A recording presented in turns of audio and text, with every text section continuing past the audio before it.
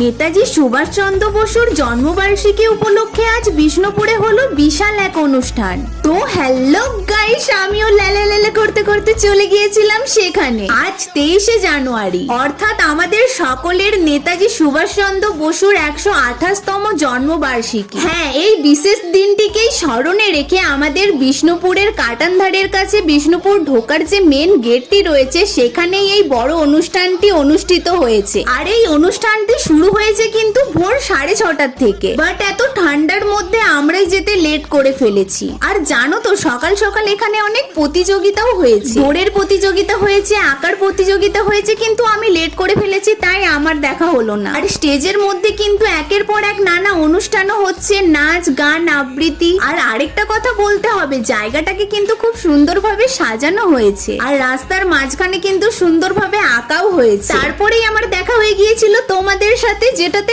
আমারও খুব ভালো লাগলো। তো চলো এখন আমি ঠান্ডাতে বাড়ি যাই। তোমরা ভিডিওটাতে একটা লাইক দিয়ে দাও, পরের ভিডিওর জন্য সাবস্ক্রাইব।